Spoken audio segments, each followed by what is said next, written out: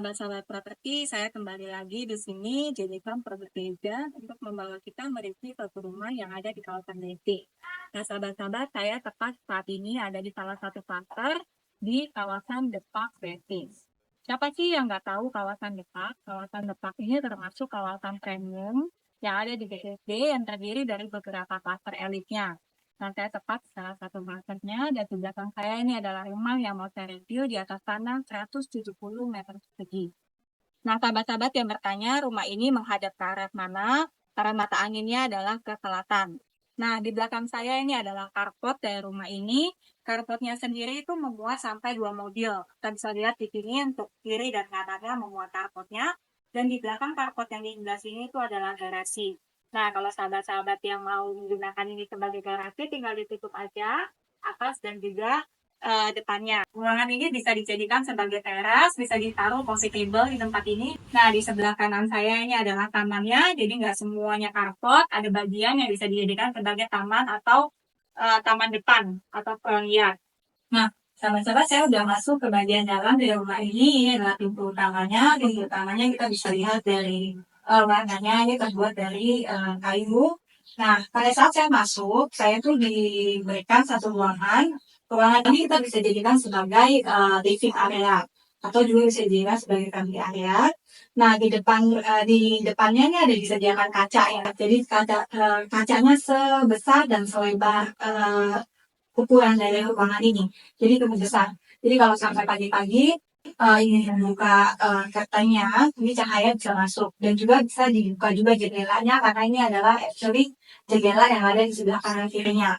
Nah, untuk sebelah kirinya ini disediakan powder room. Nah, powder roomnya sudah disediakan dengan wastafel, juga sudah disediakan dengan kloset. Jadi kalau ada tamu, dia cukup menggunakan powder room yang ada di area sini. Nah, good point dari rumah ini adalah dia itu punya taman yang tepat ada di tengah-tengah rumah. Jadi di tengah-tengah kamar utama atau master bedroomnya dan ruang keluarganya ini. Nah, jadi kalau kita mau jadikan ruangan ini sebagai taman, itu tinggal ditambahin taman-taman atau apa kecil di tempat ini. Nah, selain itu juga di sini tidak diberikan penutup atau apapun sehingga udara dan cahaya matahari bisa masuk ke ruangan ini sekaligus masuk ke dalam rumah karena ada jendela yang jendela kaca yang menjadi pembatas antara bagian dalam dan bagian luar ruangannya. Nah, di sebelah kanan dari ruangan ini itu adalah dapur. Nah, sahabat bisa lihat untuk dapurnya itu sudah disediakan sink untuk mencuci piringnya. Nah, untuk bagian sini ini ada satu pintu, pintunya menghubungkan ke bagian garasi yang belum ditutup tadi. Nah, kalau sahabat-sahabat mau menjadikan ini sebagai ruangan, misalkan ruangan tidur lagi atau menjadikan ruangan bekerja, bisa juga menggunakan area depan ini. Nah, di sini kita akan lihat disediakan dengan satu tangga. Tangga ini dijadikan sebagai tangga yang mengarah ke bagian asisten rumah tangga. Jadi, asisten rumah tangga kamar tidurnya, kamar mandinya ada di bagian atas, dan juga dijadikan kotak untuk menjemur pakaian. Jadi, kalau ada asisten rumah tangga yang ditinggali pada saat si pemilik itu keluar kota, asisten rumah tangga cukup ada di area ini. Mereka tidak perlu mengakses ke bagian dalam karena di sini disediakan pintu yang bisa dikunci oleh si pemilik rumah. Nah, kita akan menuju ke bagian dari kamar tidur utamanya. Kamar tidur utamanya ada di sini. Akan kita lihat untuk kamar tidur utamanya juga sudah disediakan dengan AC, udah ada AC merek Panasonic, dan juga sudah disediakan dengan pintu sliding maupun jendela. Dan pintu sliding tadi atau jendela kaca ini ada yang mengarah ke bagian taman yang tadi saya review di awal-awal.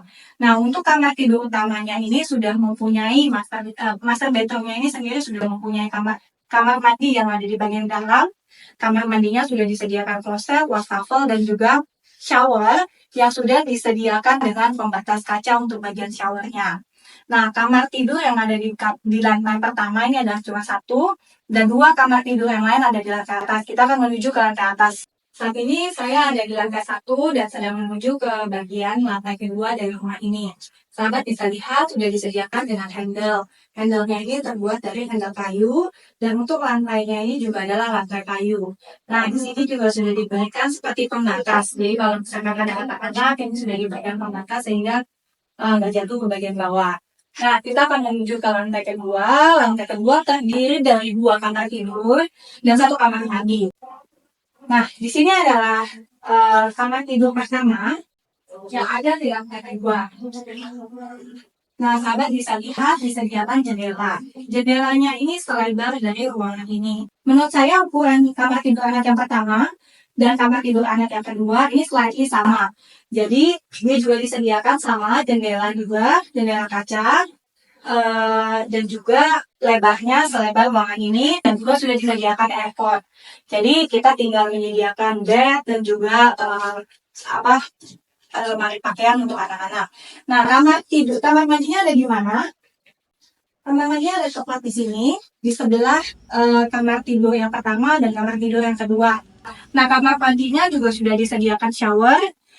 Showernya juga sudah diberikan pembatas kaca, sudah disediakan kloset dan juga wastafel yang ada di tempat ini. Ini pintu mengarah kemana? Ini adalah pintu yang mengarah ke balkoni. Jadi, kalau ada yang mau menjadikan ini sebagai balkoni, kita tinggal pasang railing ya. Yang di depan saya ini, kita tinggal pasang railing, sehingga pada saat sore-sore kita bisa jadikan ini sebagai balkoni. Nah, sahabat-sahabat, kita sudah di akhir dari mereview satu rumah yang ada di kawasan Depak.